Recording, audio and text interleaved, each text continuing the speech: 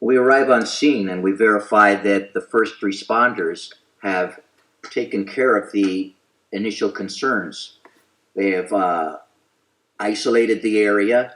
They are taking defensive measures to dike and prevent further spread of the oil. First impressions on seeing this overturned tanker. It's not an evolution that we do often, but I noticed that it looks exactly like a training prop we have at the Del Val Training Center, on which we have trained numerous times. So we're comfortable with what we're going to have to do on this response. The initial actions by the first responders, they did their best to identify the product. They isolated the area as best they could. They started their defensive actions by confining the release.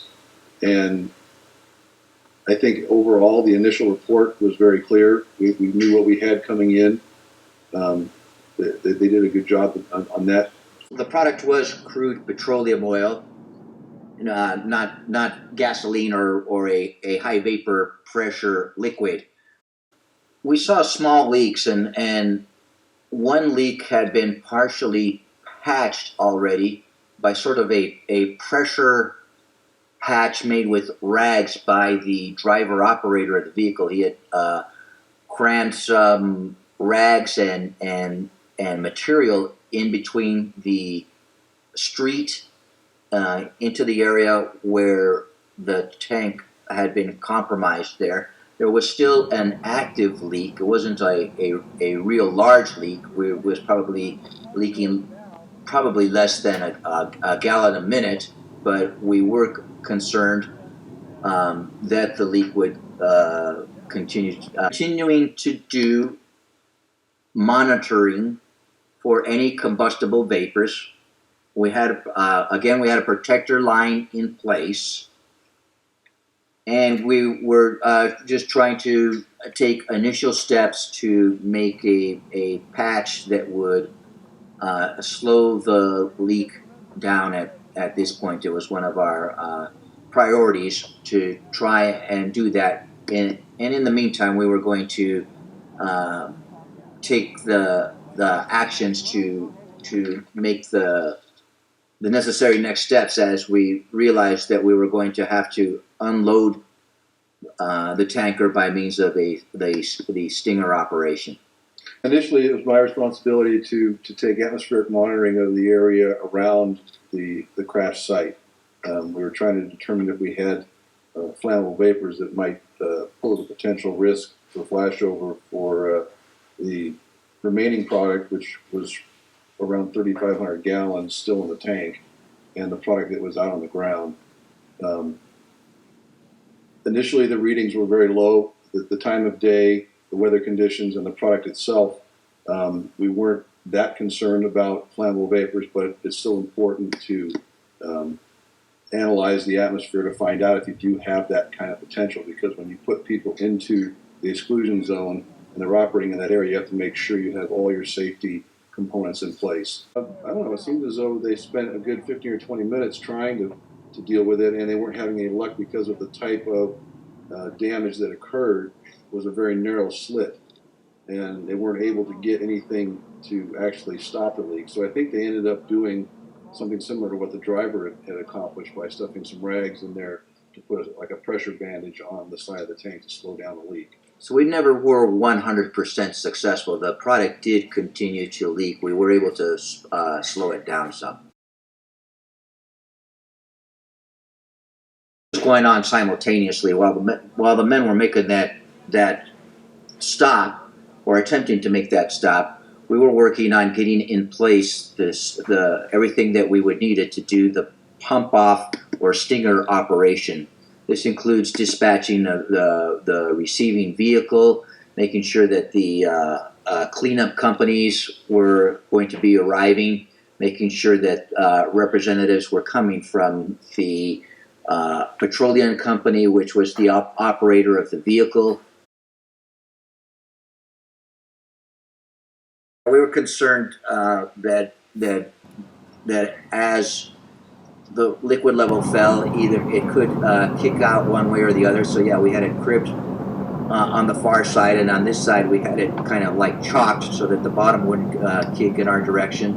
And then again, once again, we had the tow truck with a high point above, trying to stabilize the two axles. The idea being that it would not roll far in either direction, but as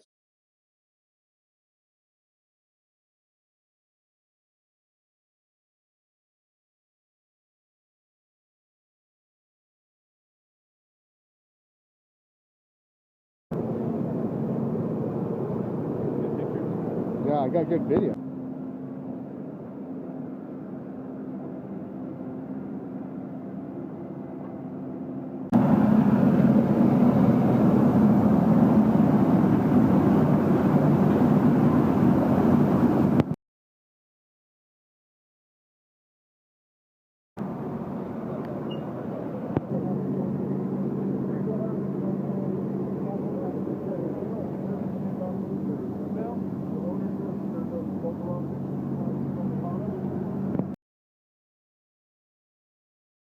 So as the men do the operation, they are in full protective clothing, including their breathing apparatus.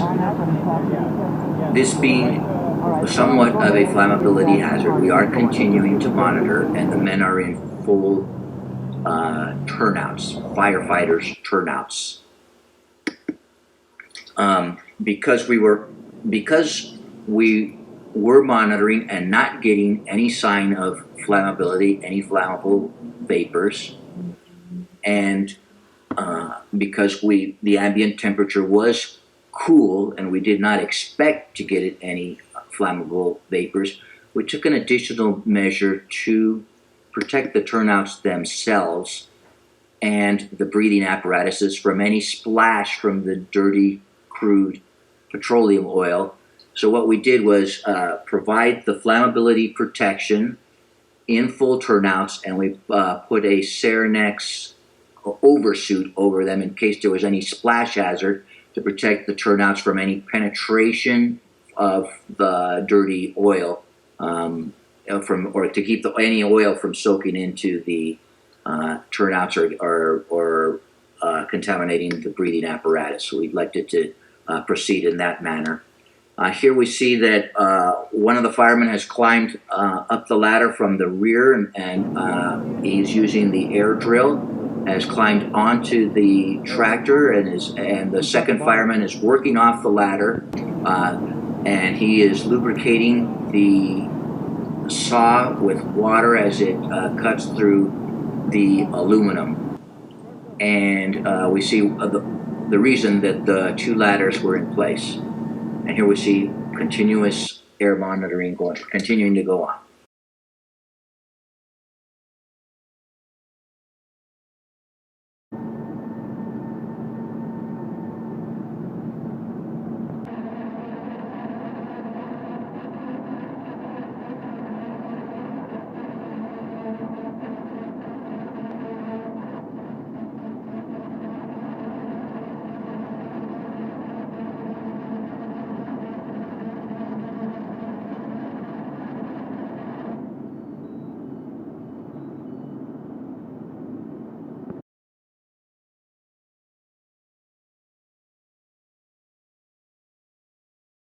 It wasn't a matter of any concerns because the LEL levels were zero. I was getting some slight VOCs, 30 to 40 parts per million, but that wasn't really a concern. It was more of a communication between the entry team guys and the entry team leader. While they're performing the drilling operation, it's difficult for them to communicate back and forth. So if there's anything that needs to be passed along, I can move back and forth. We had one gentleman inside footing the ladder as a safety for the folks working on the tank, and I was monitoring the area around the spill and the work area to see if the levels would change once we opened the tank up. And as the day progressed and it got warmer, then you start concerning yourself with the chance that some of those vapors might start to increase. As the ground gets warmer, the product gets warmer, you may start to have a higher level of vapors coming off of the product.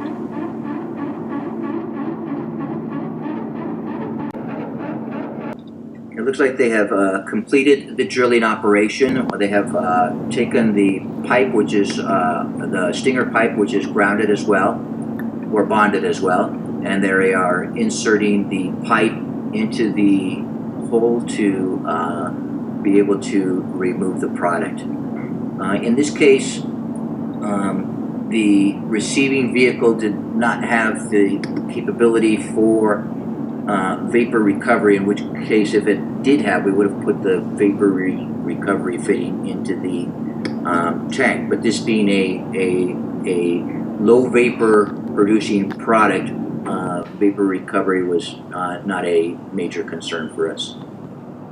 Did we have to drill multiple times, or how many holes did we have to drill? It was a one tank operation, so we drilled only one hole, and we discussed with the responsible party and with the cleanup operator what would be the ideal location, and it was actually the location that we had already decided upon would be the most effective location where we would be able to remove the greatest amount of product.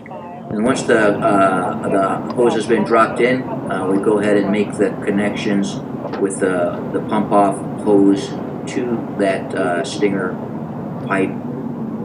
It was not a real lengthy operation. I think they were able to empty the 3,700 or the 3,650 gallons in 15 or 20 minutes. At this point, once the drilling operation has been completed and we've put the stinger in place and we're preparing to pump off the tank, it's still important to monitor for those flammable vapors, but it's also important that any unnecessary individuals be away from the area.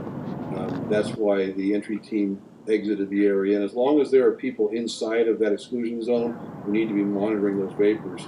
Once everyone leaves, then we can back out, allow the pumping operation to take place, and get the rest of the product pumped off. And one more thing that we do need to continue to do, even though I said that we expected that these vapors, that there would be very few combustible vapors produced, is as soon as the receiving vehicle starts to take on fluid, or it is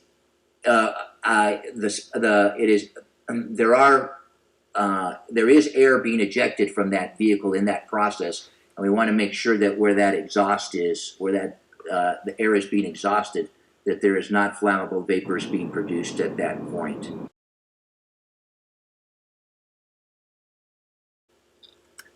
Well, we withdrew all of the persons off the vehicle as soon as they had successfully started the pump-off operation, and I think that that they were pumping they had pumped approximately for 15 minutes or something like that, and withdrawn, I don't know, perhaps 25 or 100 or 3,000 gallons before there was a shift.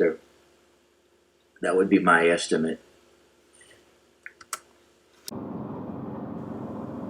No, my concern about having it go the direction that we had cribbed it was that the tank, from my vantage point, appeared to be resting on the vapor rail on top, which is hollow. My concern was that would crush, which was acting like a chalk block at that point. And if that were to fail, then it would tend to want to go that direction. So that's why I think the cribbing that you see in the video was heavy on that side, because I think we all thought that that's the direction it would go.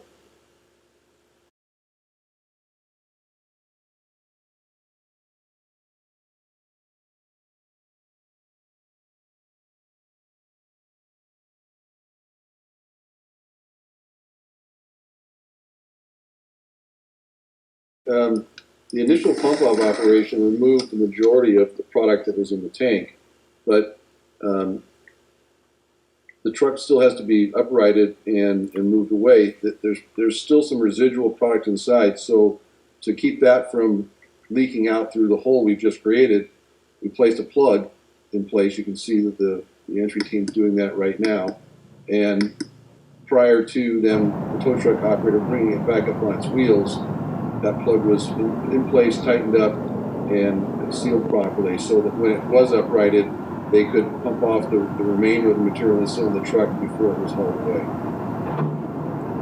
Now we're going to be in the process of uprighting the vehicle to remove the last of the remaining residual product. And so we have disconnected the tractor, or the front tank tractor, and they moved it out of the way, and they went ahead and did some of the absorbing of that product and some of the cleanup of that product.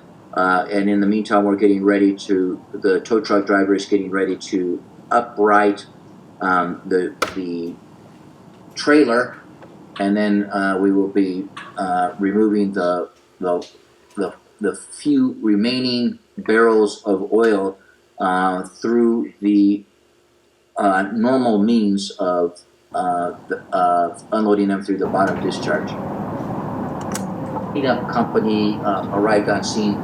They started vacuuming the pooled product that was behind those dikes in case, so